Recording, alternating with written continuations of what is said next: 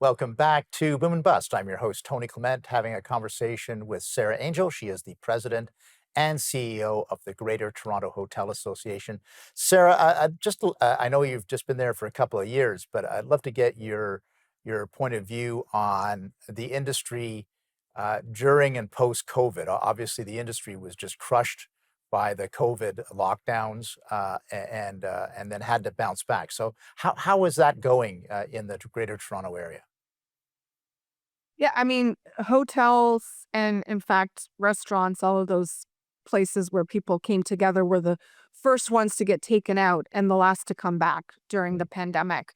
Um, I would say where we're at now, definitely 2023 was a good year, but we were still not completely back to pre-COVID 2019 figures for tourism in the city, and actual people staying in hotels.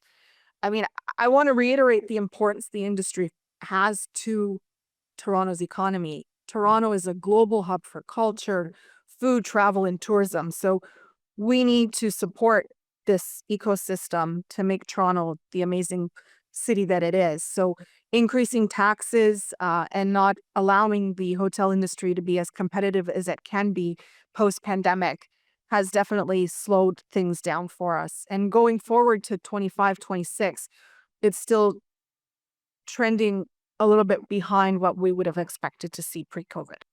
Yeah. So, I mean, is that a lot of it may be outside of your control? Is there issues with people who want to come to Toronto, or are the conference bookings and the convention bookings down? To what do you attribute that?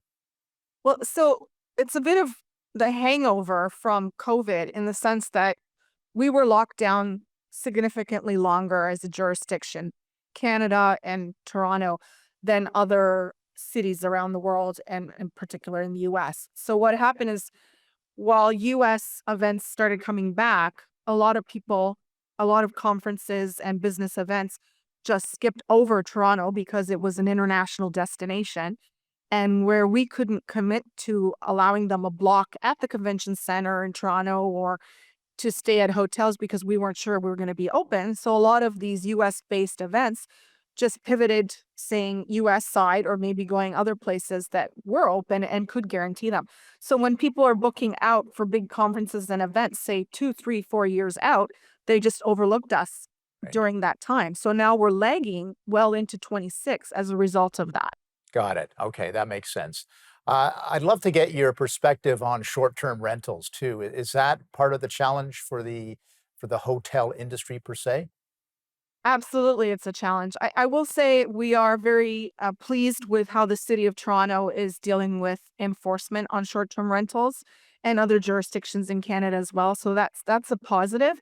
Having said that, it is a major disruptor, and the hotels are here to work within this disruption, but we need to all play by the same rules. So Right. when short-term rentals are allowed to get away with not having to report the taxes or aren't following the rules, it's hard to enforce that. Whereas the hotels are all playing by the rules and dealing with the audits from the city of Toronto and adhering to all of the things that need to happen on sustainability that they are voluntarily doing. It isn't entirely a level playing field, and it is still a problem. Gotcha. Moving then to your advocacy role, we talked a little bit about the municipal accommodations tax, but would love to know what you're advocating for on all levels of government, municipal, provincial, federal. Yeah, so the municipal accommodations tax was something that was implemented by the previous government here provincially, which allowed municipalities to be able to implement a tax that would be collected by the municipality to promote tourism. This legislation dates back to I think 2018, and since then it's been a bit of a problem because each municipality is interpreting it a little bit differently, and Toronto being a particular one doing so. So So I that's think, the focus for you then. yeah, that's been one of the biggest issues that we're focused on, working mostly at the provincial level and municipal, in order to make sure that the destination is well funded.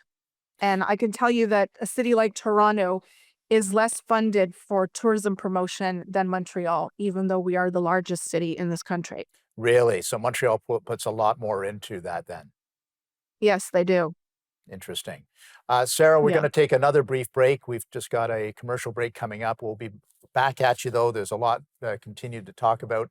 We'll see you after these messages.